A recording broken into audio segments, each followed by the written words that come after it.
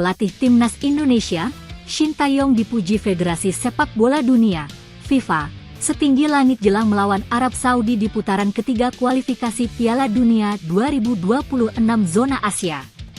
Sebelum membahas soal STE, Timnas Indonesia selaku tim peringkat 133 dunia menjadi negara terendah dalam ranking FIFA di grup C setelah Jepang, 18, Australia, 24, Arab Saudi, 56, Bahrain, 80, dan Cina, 87. Di atas kertas, Timnas Indonesia diprediksi sulit untuk bisa mengalahkan kelima negara di atas meski dalam sepak bola tidak ada yang mustahil selagi si kulit bundar masih berputar di atas lapangan. Skuad Garuda pun akan mengawali perjuangannya di grup C putaran ketiga kualifikasi Piala Dunia 2026 zona Asia itu pada September 2024 ini dengan melawan Arab Saudi dan Australia. Duel Timnas Indonesia versus Arab Saudi ini akan digelar di Stadion King Abdullah Sports City, Jeddah, Arab Saudi pada Jumat, 6 September 2024, pukul 1 waktu Indonesia Barat. Setelah diuji Green Falcons, Timnas Indonesia bakal menjamu Australia di Stadion Utama Gelora Bung Karno, Jakarta pada Selasa, 10 September 2024, pukul 19 waktu Indonesia Barat.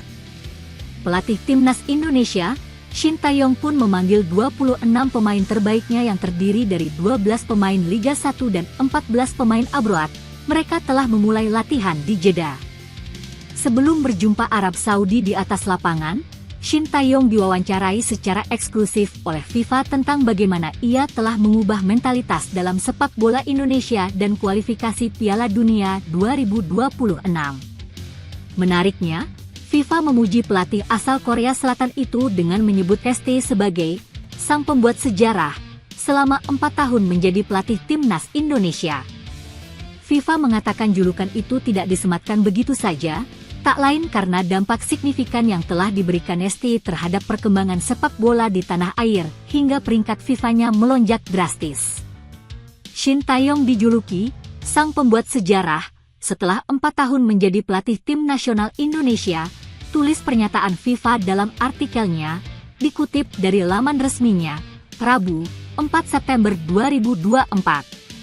Gelar ini tidak diberikan begitu saja dan merangkum dampak signifikan yang diberikan kehadirannya terhadap perkembangan sepak bola di tanah air, tambahnya.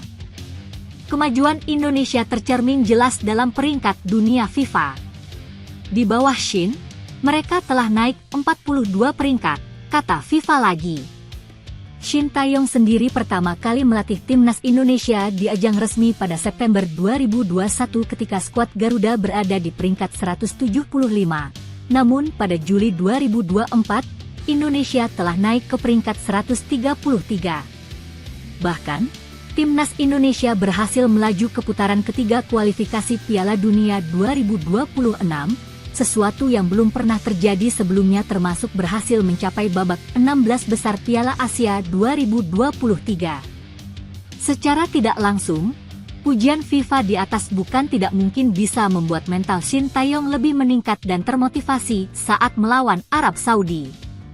Dalam wawancara dengan FIFA, Shin Tae-yong pun membeberkan target jangka panjangnya yaitu membawa Timnas Indonesia merangsek ke peringkat 100 dunia. Selain itu, target jangka pendeknya yaitu membawa Timnas Indonesia finish di posisi 3 atau 4 putaran ketiga sehingga lolos ke putaran keempat kualifikasi Piala Dunia 2026 zona Asia lalu ke babak playoff demi berebut tiket ke Piala Dunia 2026. Tujuan jangka panjang saya adalah membawa Indonesia ke peringkat 100 teratas FIFA, kata Shin Tae-yong kepada FIFA.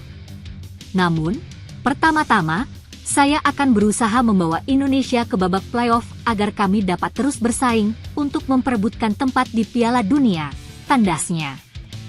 Laga berikutnya adalah menghadapi Australia di Stadion Gelora Bung Karno, Jakarta, pada Selasa, 10 September 2024 mendatang. Menjelang pertandingan penting tersebut, Timnas Indonesia dan Shin Tae-yong mendapatkan 3 kabar baik. 1. Justin Hubner bisa main. Timnas Indonesia bakal kembali diperkuat oleh Justin Hubner pada pertandingan kontra Australia di Stadion GBK nanti. karena hukuman untuk sang bek tengah sudah usai. Sebagai pengingat, Justin Hubner tetap dipanggil oleh Shin Tae-yong yang memanggil 26 pemain untuk 2 pertandingan pada bulan September ini. Padahal, Hubner tidak bisa bermain untuk laga kontra Arab Saudi akibat akumulasi kartu kuningnya.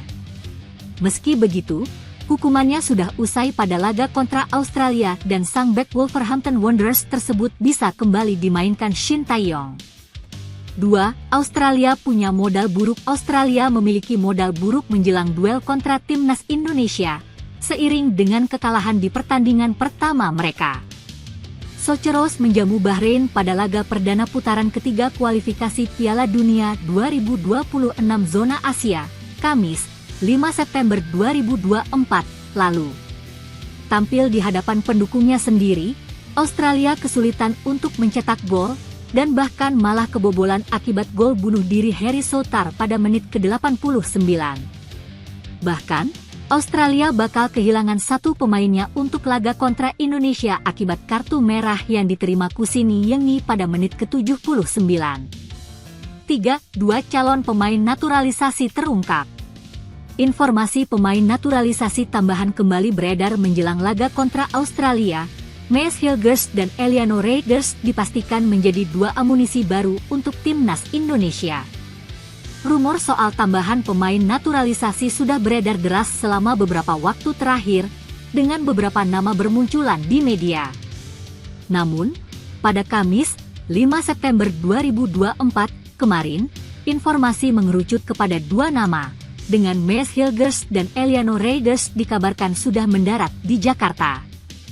Pada Jumat, 6 September 2024, malam WIB, Ketua Umum PSSI Erick Thohir pun mengonfirmasi bahwa keduanya sedang menjalani proses naturalisasi.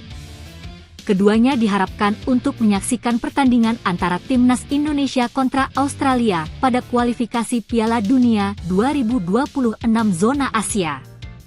Meski belum bisa dimainkan, hal ini tentunya menjadi kabar baik untuk pelatih timnas Indonesia Shin Tae-yong.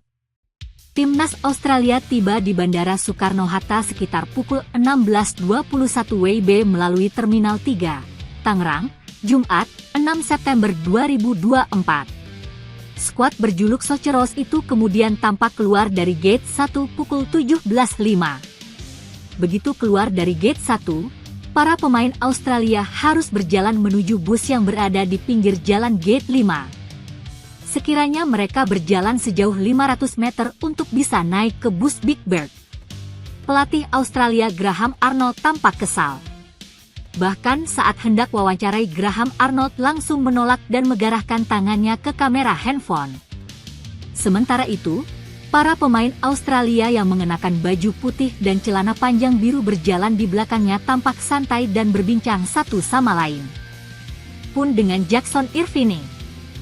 Pemain berambut gondrong itu justru ramah dengan melambaikan tangan ke arah awak media saat disapa. Seperti diketahui, timnas Australia tiba di tanah air guna melakon laga kedua putaran ketiga kualifikasi Piala Dunia zona Asia Grup C menghadapi skuad Garuda. Jackson Irvine dan kawan-kawan datang dengan modal buruk setelah sebelumnya takluk dari Bahrain dengan skor 0-1 di kandang. Sementara skuad Garuda bakal tampil dengan percaya diri setelah sebelumnya sukses meraih 1 poin di kandang Arab Saudi. Pertandingan timnas Indonesia versus Australia akan berlangsung di Stadion Utama Gelora Bung Karno, Senayan, Jakarta, Selasa, 10 September 2024.